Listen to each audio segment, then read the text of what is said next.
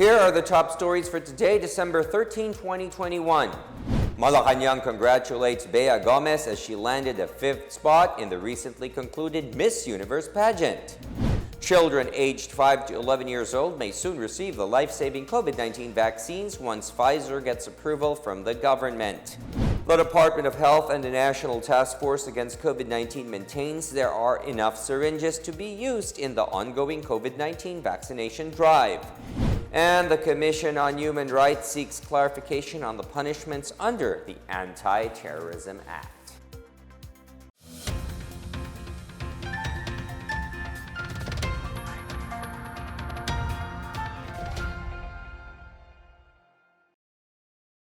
Good day, I am William Theo. Welcome to the PNA Newsroom.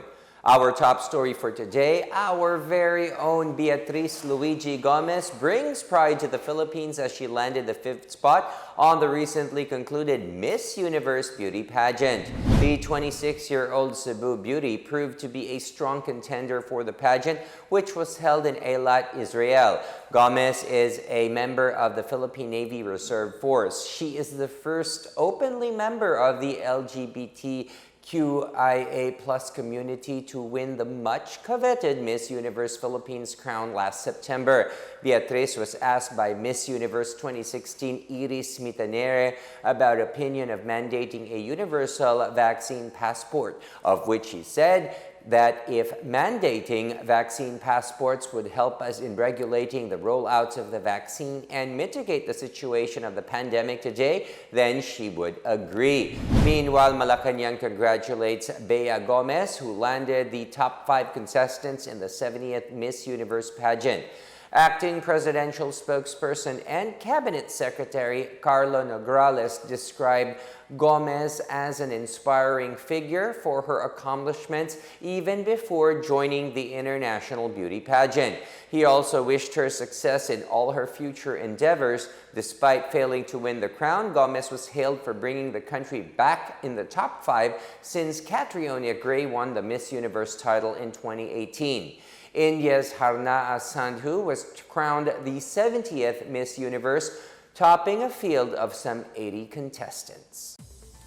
Pfizer-BioNTech formally applied for emergency use authorization of its COVID-19 vaccine for children between 5 to 11 years old. Food and Drug Administration Director General Eric Domingo said the application could be approved before the year ends. Totoo, nag-apply na sila right before mag-holiday noong December 8. No? Ito yung for children 5 to 11 years old, and late last week na-forward na rin po ito sa ating mga vaccine experts para sa kanilang evaluation. Opo. Yusek, gaano po kataas daw yung efficacy ng Pfizer vaccine sa mga batang edad 5 pataas? Sa ngayon, yung nakita ko, nasilip ko lang ng mabilisan yung clinical trial data na sinabit nila. At ang nakikita natin is about a little more than 90%, no? 90.7% yung kanyang vaccine efficacy sa children 5 to 11. Meanwhile, Domingo also clarified the expiration dates being given to certain drugs. Pag in-apply yan sa FDA, ang naibibigay lang namin talaga na expiration date or shelf life ay yung meron po talagang scientific evidence to show na at that month, and usually po 6 months, ay useful pa siya. So kapag in-extend po ang shelf life, halimbawa mas tumatagal na yung mga bakuna tapos tinitesting at naipakita na useful pa sila, pag meron po talagang data to show na useful pa sila after 6 months for example, pwede nating i-extend yung shelf life. President Rodrigo Duterte took pride in Filipinos being free while admitting that democracy is still a work in progress in the country.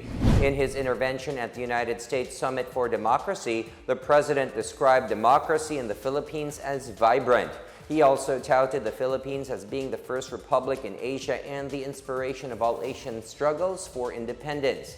He said freedom of expression and of the press is fully enjoyed and the regular transfer of power is guaranteed through free and honest elections. The president also said he will spend the remaining months of his term ensuring that no one is left behind as the country recovers from the pandemic. About 40.7 million Filipinos are now fully vaccinated against COVID-19. The government aims to increase the number for up to 77 million by the end of the first quarter next year.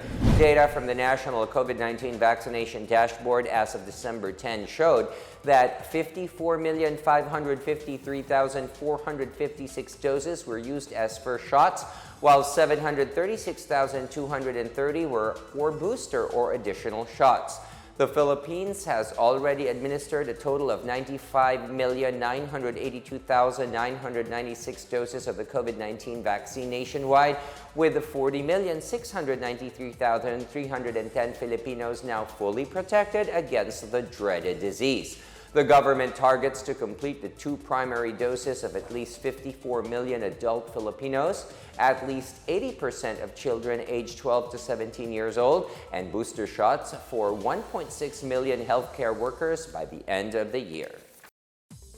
PNP Chief General Leonardo Carlos vowed tougher sanctions against police operatives found involved in illegal activities, especially during the Yuletide season.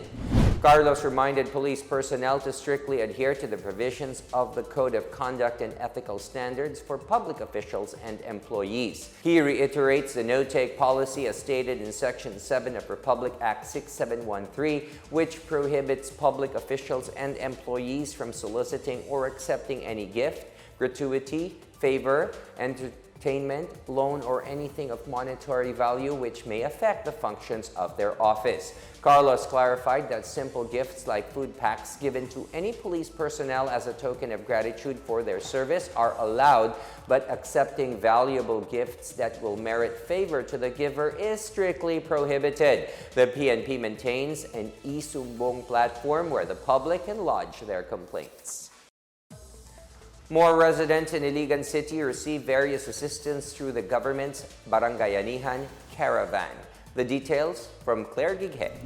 In Iligan City, residents of Barangay Hinaplanon enjoyed free services such as circumcision and bloodletting activity. This as the Iligan City Police Station 1, together with the Barangay Local Government Unit and private partners, launched the Duterte Legacy Barangayanihan Caravan. The said event was also joined by the Metro Iligan Eagles Club and the Philippine Red Cross. As targeted, at least 50 young boys have availed of the free circumcision, while 50 residents participated in the bloodletting activity. Blood donors were given relief packs as a token of gratitude for their generosity. Station Commander Police Major Amando Tedoso Cordova reiterated the full support of the Philippine National Police in the various programs and projects under the Duterte administration. Sa pulisya nga programa, wala kini sa dipili. Bisan mga bata o mga edad na, ano na programa para sa tanan. For Hinaplanon Barangay Chairman Veronico Suico Chavez, he said more residents have benefited from the government's Barangayanihan Caravan program. Dako kayo na yung tabang, kayo tungod sa pandemic karon.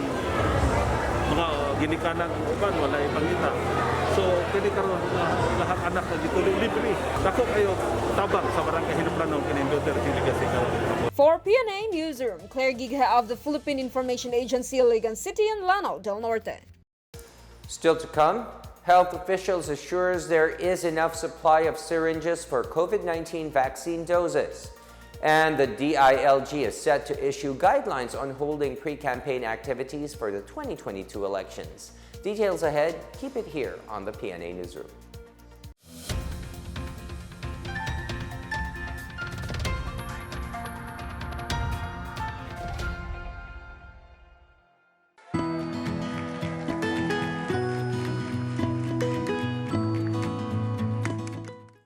The COVID-19 pandemic has greatly changed our lives for the worse. Lives and jobs were lost and economies reached a meltdown. Thanks to the arrival of safe and effective vaccines, we are one step closer to normalcy. It's time to do our part, get vaccinated for our safety and for our recovery.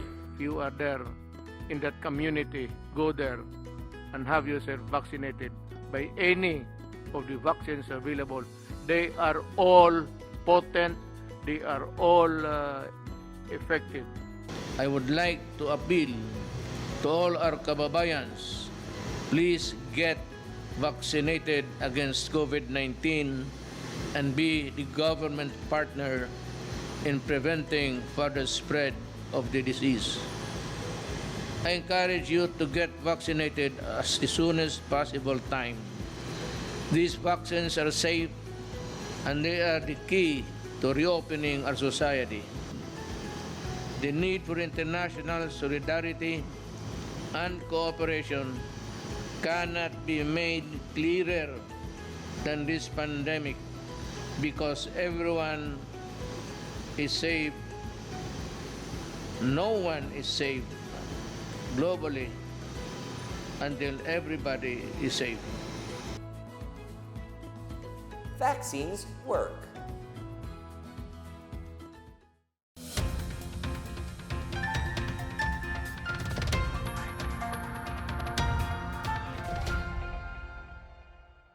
The Department of Health and the National Task Force Against COVID-19 assures that there are enough supplies of syringes for COVID-19 vaccines. This after Foreign Affairs Secretary Teddy Locsin Jr. announced on Twitter that the government dropped the ball on an offer for 50 million syringes. The DOH and the National Task Force explained that they have purchased 2 batches of syringes. One is through the United Nations Children's Fund, or UNICEF, and the other is financed through the Asian Development Bank, or ADB. To date, they have 3,653,000 syringes out of the 4 million have been delivered, and the rest are expected within the week. Meanwhile, the DOH and the National Task Force also clarified that the government has not refused any Moderna vaccine offer. They said the Philippines have in fact received 3,060,000 Moderna vaccines from the U.S. through the COVAX facility in August. 23 cities in the country have already reached population protection against COVID-19. These are San Juan City, Mandaluyong City, Pateros, Las Piñas City, Parañaque City, Manila, Muntinlupa City, Makati City, Valenzuela City, Quezon City, Navotas City, Pasig City, Marikina City, Taguig City, Malabon City, Caloocan City, and the lone municipality of Pateros, Baguio City, Angeles City, Iloilo City, Lapu-Lapu City, Mandaue City, and Davao City. Interior Secretary Eduardo Año stressed the need to further ramp up the vaccination drive in other local government units to attain protection for everyone. The next round of the Bayanihan Bakunahan program is slated on December 15, 16, and 17. As the 2022 national and local elections draw closer, the Department of the Interior and Local Government announced it will issue guidelines for holding pre-campaign period activities. More on this from Chris Crismundo. The Department of Interior and Local Government on Sunday will issue guidelines to local government units pertaining to the activities of electoral candidates ahead of the campaign period in February next year. DILG Secretary Eduardo Año said he himself will issue the guidelines, particularly on caravans and motorcades. This as critics noted that aside from causing traffic congestion, some have participants who do not adhere to health protocols such as physical distancing. Based on the calendar of activities released by the Commission on Elections, the start of the campaign period is on February 8, 2022 for national candidates and March 25 for local candidates. Metro Manila is under Alert Level 2, where outdoor assembly is allowed at 70% capacity. Meanwhile, the COMELEC has released the guidelines of the conduct for the Random Manual Audit, or RMA, for next year's elections. In Resolution 10738 promulgated and released last week, one clustered precinct in every legislative district shall be randomly selected for the RMA with a maximum total of no more than 759. The RMA will start not later than 5 days after Election Day and shall be held at a venue within the National Capital Region to be determined by the Random Manual Audit Committee. Health protocols will be enforced as usual. In Dumaguete City, the Diocesan Electoral Board of the Diocese of Dumaguete will be fielding volunteers to observe the conduct of mock polls on December 29. Monsignor Julius Perpetuo S. Heruela, DEB convener, said that the volunteers from the Parish Pastoral Council for responsible voting will be assigned to the 4 barangays in Negros Oriental where the mock polls will be conducted. Balugo and Taclobo in this capital city, and Poblacion and Mayabon in Zamboanga town. Only volunteers in these villages will serve with electoral board officers observing the processes. For the PNA Newsroom, I'm Chris Crismundo. The Philippine Red Cross, or PRC, urges everyone to undergo regular RT-PCR testing to combat COVID-19 and make the holiday season safer. In a news release, the PRC pushes for regular testing and vaccination as authorities continue to remind compliance with health and safety protocols, especially with the threat of the Omicron variant.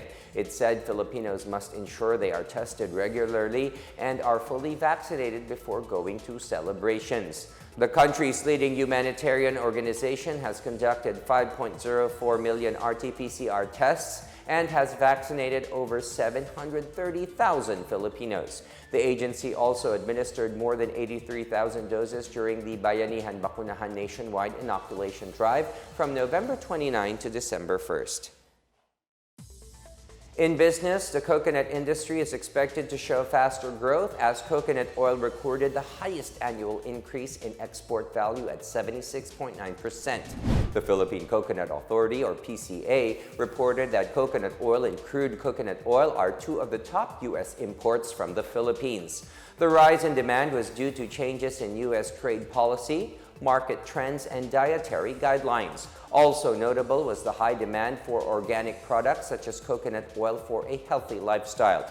Commissioner Eric Elnar of the Philippine Trade and Investment Center in Los Angeles, California, previously said the Philippines accounts for 60% of U.S. coconut oil imports and 73% of U.S. crude coconut oil imports.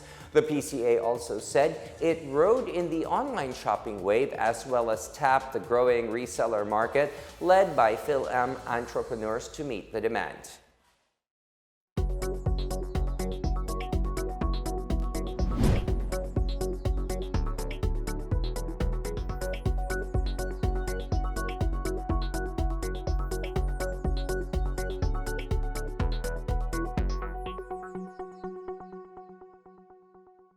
Up next, the Commission on Human Rights asks the Supreme Court to clarify several provisions of the anti-terror law. And sports officials sign an agreement to establish arbitration and mediation for sports stakeholders. More stories when the PNA Newsroom returns.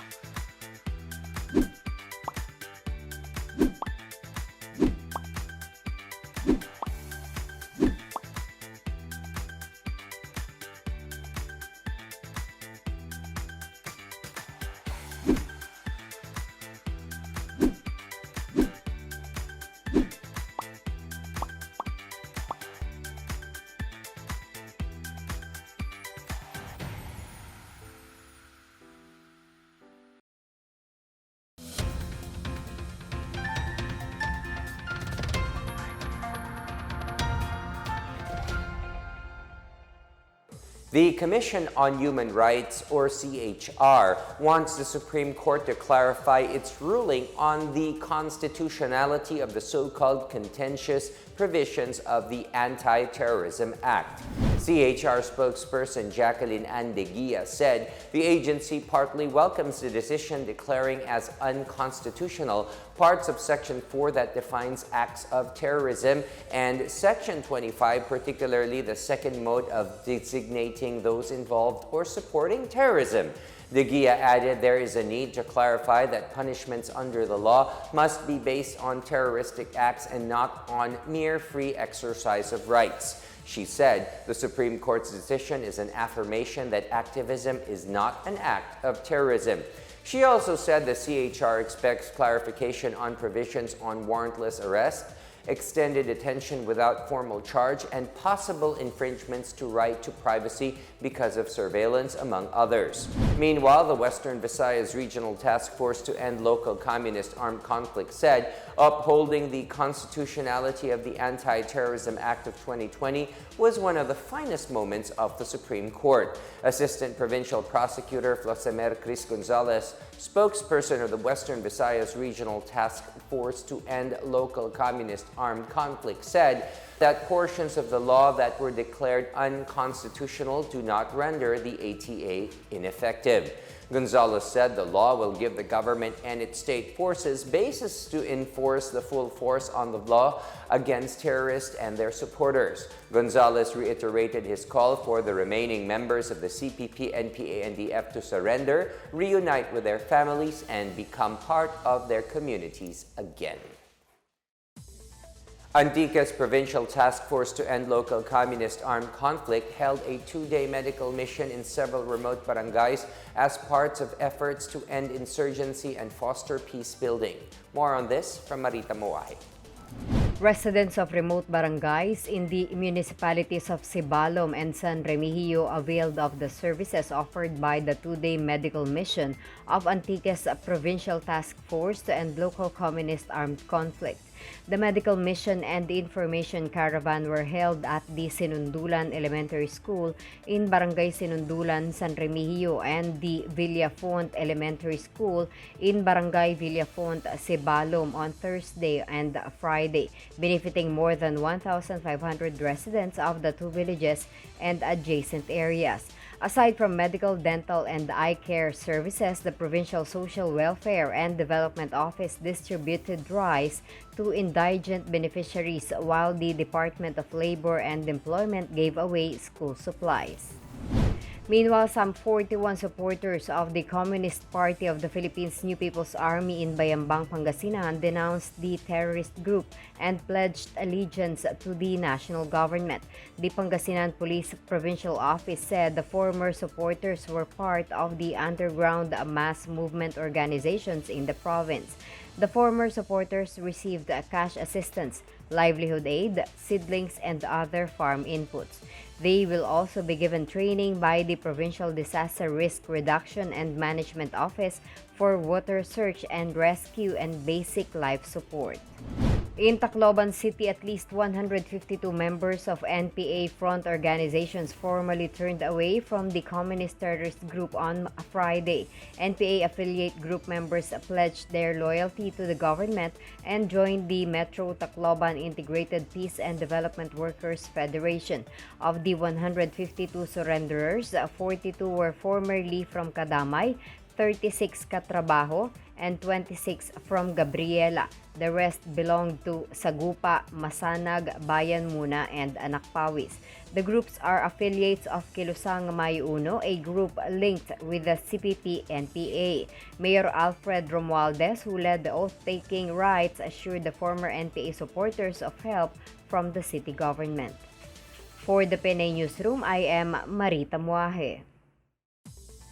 The Philippine Statistics Authority, or PSA, assures the security of the Philippine Identification Card or National ID and its data, emphasizing that a lost card cannot be used by others.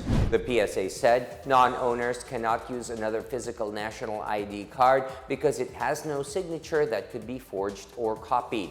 It stressed that the card is verified through fingerprint or iris scan. On the other hand, those who have lost their physical ID cards are advised to go to the PSA to apply for a replacement and pay the necessary fees. The same charges apply to replacement of IDs due to damage or change of entries.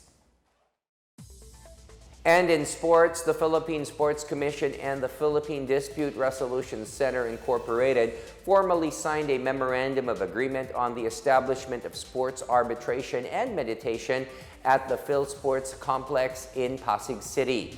PSC Chair Butch Ramirez said this is a historic partnership, especially for their stakeholders, to promote arbitration as a means to resolve sports-related disputes. He added that the partnership would help the PSC in carrying out its mandate to assist national sports associations and different private amateur sports clubs.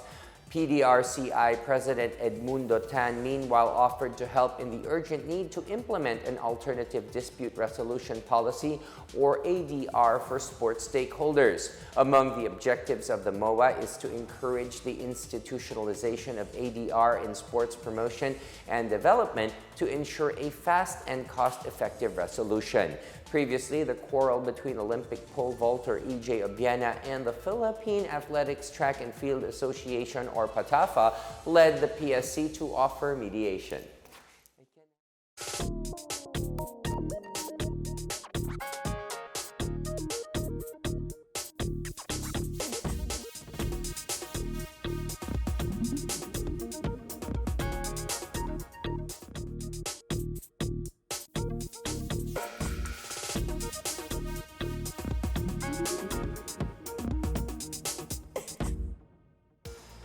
Let's take another look at today's biggest stories. Malacanang congratulates Bea Gomez as she landed a 5th spot in the recently concluded Miss Universe pageant. Children aged 5 to 11 years old may soon receive the life-saving COVID-19 vaccines once Pfizer gets approval from the government. The Department of Health and the National Task Force Against COVID-19 maintains there are enough syringes to be used in the ongoing COVID-19 vaccination drive. And the Commission on Human Rights seeks clarification on the punishments under the Anti-Terrorism Act. As Filipinos, we all have a vital role to play in preventing the spread of COVID-19. So remember, wear your face masks and face shields, wash your hands often, practice safe physical distancing, go out only for essential reasons, and get vaccinated as soon as possible to protect ourselves, our families, and the community. Together, we can beat COVID-19.